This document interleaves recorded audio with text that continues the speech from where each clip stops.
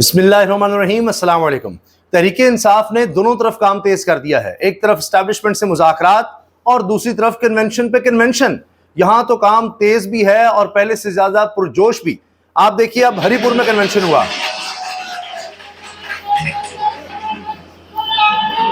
ये अब कारकुनों का, रहनुमाओं का कन्वेंशन है। इसी तरह से मैं आपको दिखाऊंगा, मुख्तलिफ जगहों पर कन्वेंशन हो रहे हैं।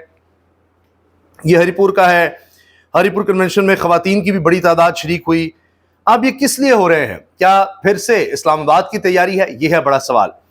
इसी का जवाब भी मिल रहा है आगे।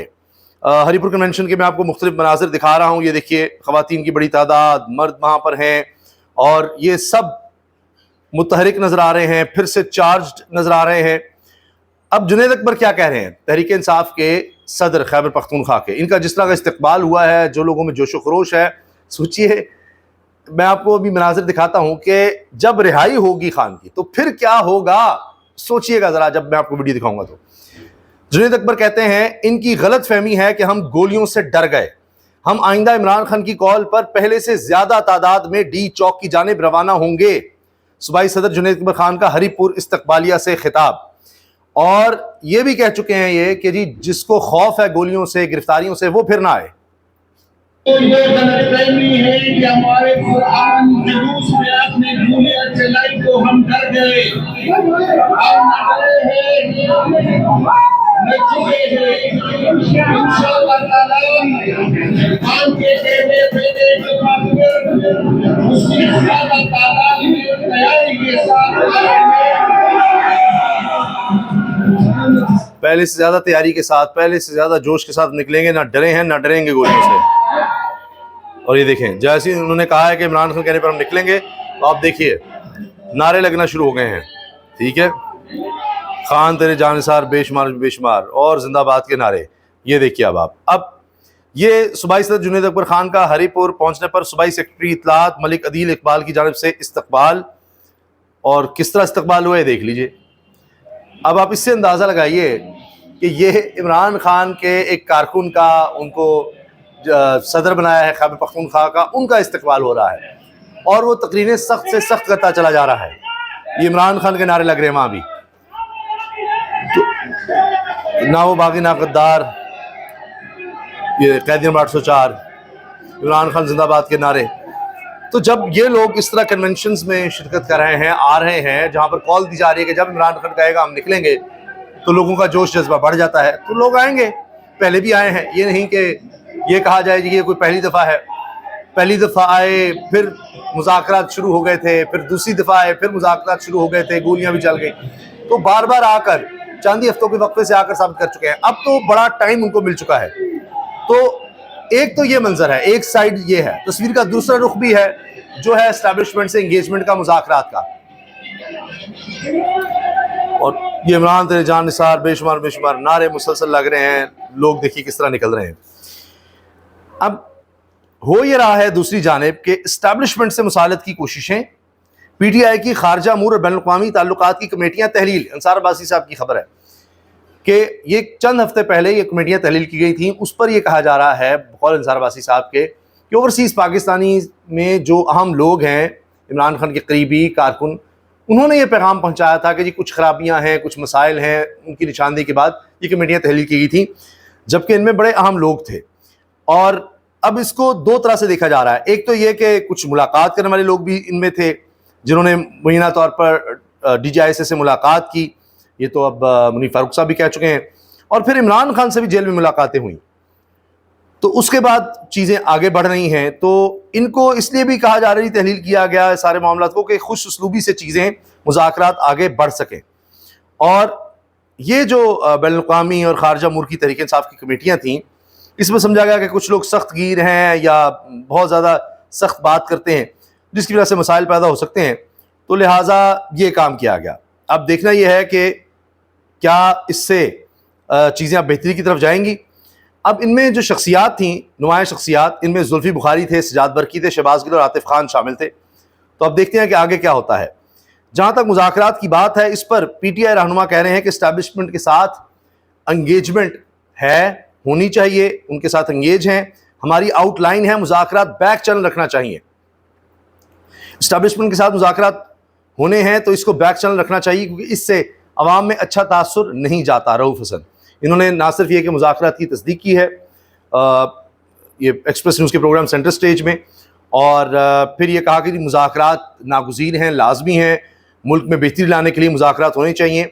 अगर पार्टी की इजाज़त ना हो तो आज़म स्वाति कोई मुज़ाकरात नहीं कर सकते। हम किसी डील के लिए मुज़ाकरात नहीं कर रहे, अपनी आउटलाइन मुरतब की हुई है। अगर इस्टेब्लिशमेंट के साथ मुज़ाकरात होने हैं तो इसको बैक चैनल रखना चाहिए, इन मामलात को पब्लिक डोमेन में नहीं लाना चाहिए, इससे अच्छा तासुर नहीं जाता। हम मुज़ाकरात का खैर मकदम करेंगे, हम इस्टेब्लिशमेंट के साथ एंगेज भी हैं। खैबर पख्तूनख्वा में हमारी हुकूमत भी है, रियासत को आगे लेकर जाने के लिए बुनियादी उसूल तय होने चाहिए। इन्हीं उसूलों के मातहत हम मुज़ाकरात करेंगे, और हम डील नहीं मांग रहे, हम मुज़ाकरात के ज़रिए साफ और शफाफ इंतखाबात चाहते हैं जिसका मैंडेट हो, इसकी हुकूमत हो। फिर उन्होंने कहा जी JUI ने 15 तारीख तक का वक्त मांगा है, उनका एतराज़ अगर है जी इस्टेब्लिशमेंट से बातचीत का, हम कोई डील नहीं ले रहे, हम तो फ्री एंड फेयर इलेक्शंस की बात कर रहे हैं, और वो सबको काबिल कबूल होगा जो भी हम बात कर रहे हैं। बहरहाल अब ये खबर आई है कि JUI नाराज़ है कि हमें क्यों नहीं शामिल करें मुज़ाकरात में, तो अब वो 15 नहीं कि जी इत्तेहाद करना है नहीं करना तहरीक इंसाफ के साथ, वो अब कोई 19-20 तारीख को अप्रैल को बताएंगे, तो मामला आगे चला गया है। ये सब बातें हो रही हैं। अब देखना यह है कि ये जो दोनों चीज़ें चल रही हैं बैक वक्त, एक तरफ इंगेजमेंट इस्टेब्लिशमेंट के साथ और दूसरी तरफ पब्लिक के साथ इंगेजमेंट, और वहाँ पर जोशो खरोश, ये किस तरह से चीज़ें आगे बढ़ती हैं कि अगर इस्टेब्लिशमेंट से मुज़ाकरात नाकाम हुए तो फिर डी चौक का रुख, ये इस तरफ जा रही हैं चीज़ें। ये एक और नोटिफिकेशन आया है जी, खबर ये आई है कि major general retired Ali Farhan national telecommunication corporation के मैनेजिंग डायरेक्टर तैनात कर दिए गए हैं, और ये एक और इदारे से रिटायर होने वाली शख्सियत को एक इदारे में अहम पोस्ट मिल गई है। अभी हम हाल ही दिन में देखा है कई पोस्ट पे इस तरह फौज से रिटायर होने वाले अफसरान आए हैं। इस्टेब्लिशमेंट के हवाले से मैंने आपको बता दिया। दूसरी तरफ अब ये भी एक मसला है, अली अमीन गंडापुर समेत पूरी पार्टी में माइंस एंड मिनरल्स बिल की मंजूरी को मौखर करने पर इत्तेफाक राय हो गया है। सलमान राजा ने ये बात कही है, और वो ये भी कह रहे हैं कि जी ये विफाक का काम नहीं है, ये सूबे का इख्तियार है कि वो वसाइल के हवाले से क्या फ़ैसला करता है कि किसका इख्तियार किस तरह से होगा। उन्होंने कहा बहुत ज़्यादा काबिल एतराज़ कोई चीज़ें नहीं होंगी, लेकिन हम देखेंगे।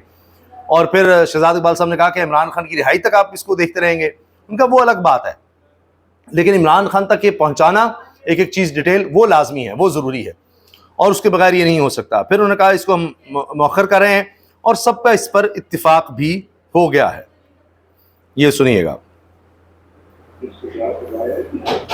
ठीक नहीं है, एक वफाकी ये देखिए अमल हुआ, मिनरल कॉन्फ्रेंस हो रही है, और एक खत जारी हुआ, सोशल मीडिया पे आ गया कि ये मुसबदा जो है ये तैयार करवाया गया है वफाकी सतह पे, या किसी वफाकी नौयत के इदारे ने इसको तैयार करवाया है। ये ठीक है, एक वफाकी निज़ाम हुकूमत में जहाँ सूबे हुक्मरान है वो अपनी कानून साजी खुद करते हैं, किसी टाइम लाइन के तहत नहीं करते। अब इस पर कोई बहस नहीं है, भारत में बिल्कुल इत्तेफाक हो गया हमारी पार्टी के कमेटी के बाद, ये तमाम मामला जो है वाक़ किया जाएगा, इत्मीनान से फौज होगा।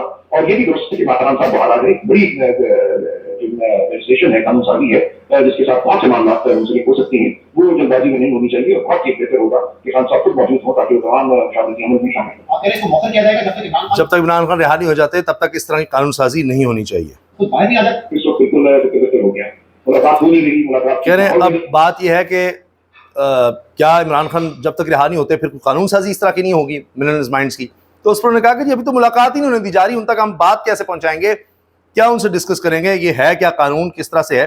बहरहाल विफाक का कहा हुआ कानून नहीं चल सकता, हमें खुद उसको देखना होगा। अब इसके बाद फिर क्या एस्टैब्लिशमेंट से एंगेजमेंट में कोई रखना तो नहीं डलेगा इस कानून के हवाले से जो हो रहा है।